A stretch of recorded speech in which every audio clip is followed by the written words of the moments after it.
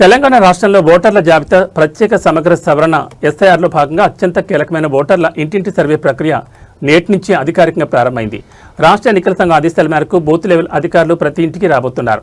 రాష్ట్ర వ్యాప్తంగా ఉన్న 3,33,00,000 మందికి పైగా ఓటర్ల వివరాలను క్షేత్రస్థాయిలో రీవెరిఫై చేయడమే ఈ సర్వే ప్రధాన ఉద్దేశం. రాబోయే ఎన్నికల నాటికి ఎలాంటి బోగస్ ఓట్లు లేకుండా అర్హులైన ప్రతి ఒక్కరికి ఓటు కల్పించడమే లక్ష్యంగా ఈ ప్రత్యేక సమగ్ర సవరణ డ్రైవ్ చేపట్టారు.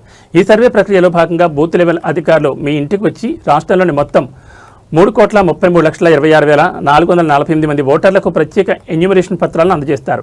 ఆ పత్రాలను ఎలా నింపాలో, వివరాలను ఎలా నమోదు చేయాలో ఓటర్లకు స్పష్టంగా వివరిస్తారు. ఈ సవరణలో అత్యంత కీలకమైన ట్విస్ట్ ఏంటంటే 2002 నాటి పాత ఓటర్ల జాబితాను 2025 నాటి తాజా ఓటర్ల జాబితాతో అధికారులు పూర్తిగా పోల్చి చూస్తారు. ఈ సుదీర్ఘ కాలంలో పేర్లు తప్పుగా పడినా, అడ్రస్ మారినా, ఒకే ఇంట్లో ఎక్కువ ఓట్లున్నా లేదా చనిపోయిన వారి ఓట్లు తొలగించాలని ఈ సర్వే ద్వారా వాటిని గుర్తించి సవరణలు చేసుకోవచ్చు. మీ ఓటు హక్కు పక్కాగా ఉందో లేదో మీ ఇంటికి వచ్చే BLOల ద్వారా ఉచితంగా సరిచూసుకోవాలని అధికారులు కోరుతున్నారు. మీ ఓటు హక్కును కాపాడుకోవడానికి, మీ కుటుంబంలో కొత్తగా ఓటు వచ్చిన వారి వివరాలను నమోదు చేయడానికి ఈ ఇంటింటి సర్వేను ప్రతి ఒక్కరూ సద్వినియోగం చేసుకోవాలి. డిస్టిక్ పెద్దవంగర మండలం గంట్లకుంట విలేజ్ పాలకుర్తి మాది కాన్స్టెన్సీ.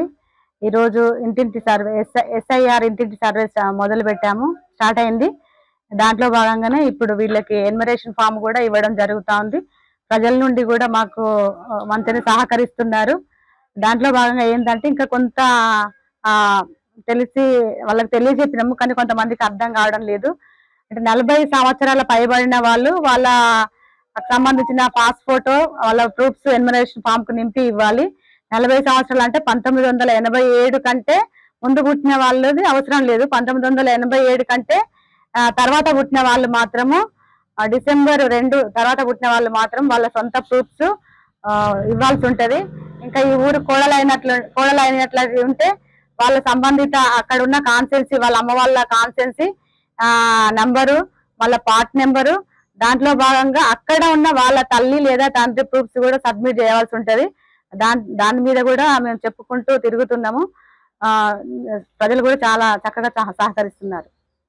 కరప్షన్స్ జరుగుతాయి, డెత్తులు, డబుల్ ఓట్లు పోయే అవకాశం కూడా ఉంటది. ఎందుకంటే మనకి ఇన్ని రోజుల కానుంచి కూడా ఈ డెత్తులు డబుల్ ఓట్లు ఉండి కూడా చాలా ఇబ్బందులకు గురవుతున్నాము మేము BLOలము.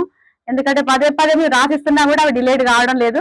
కాబట్టి సర్వే ద్వారా అవన్నీ కూడా పోయి ఓటర్ లిస్ట్ కూడా మనకు క్లియర్ గా ఉంటదని చెప్పేసి మేము భావిస్తున్నాము.